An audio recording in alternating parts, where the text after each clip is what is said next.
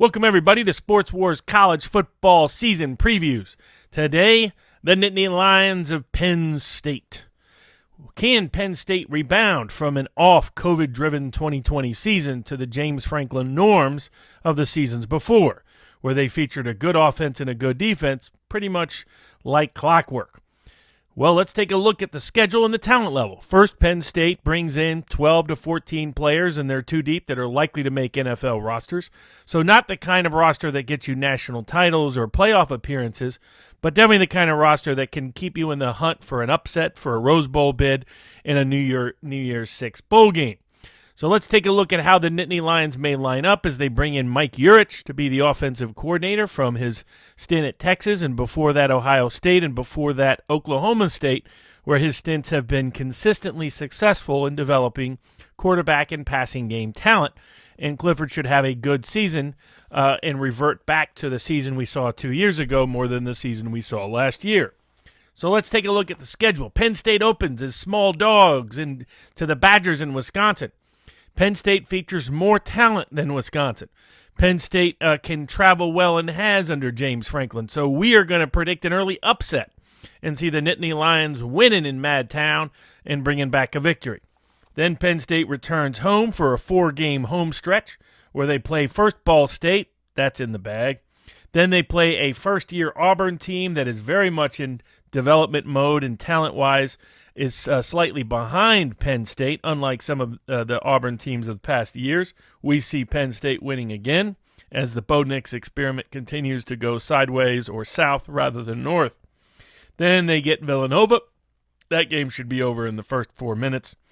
Then they bring in a vastly overrated Indiana, where I think they get their revenge for last season's surprise loss, and Penn State rolls over the much lesser talented, though very well-coached, Indiana Hoosiers. So Penn State we see opening up 5-0 before they travel to Iowa, which is always a tough grit-em-out game. But again, Penn State has a serious talent edge over the Hawkeyes, and we think they pull off the victory against Iowa, though it will be anything but easy before they get their bye. Then they bring in Bielema's new Illinois team, and while this Illinois team may very well overperform its 3-game win expectations in Vegas, we don't see them walking into Penn State and beating the Nittany Lions in their home territory. We see Penn State prevailing. Then they go to the biggest game of the year for the Nittany Lions, Penn State traveling to Ohio State. Ohio State gets two of its critical and most talented opponents at home, both Oregon and and Penn State.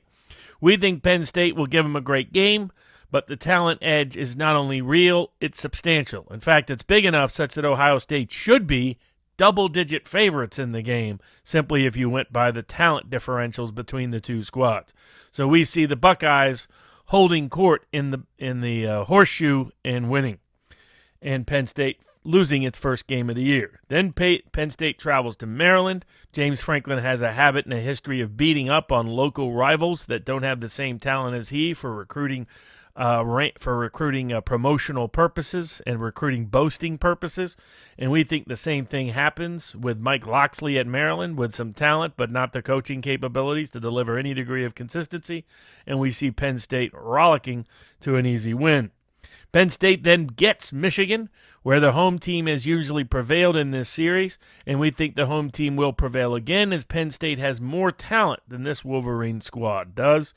Michigan then brings in Rutgers, and that's the kind of team that, however well coached by Greg Schiano in its second season there, or second season back there, we don't see Rutgers giving Penn State that much of a game given the substantial talent differential, and see Penn State prevailing before Penn State finishes up the season at Michigan State.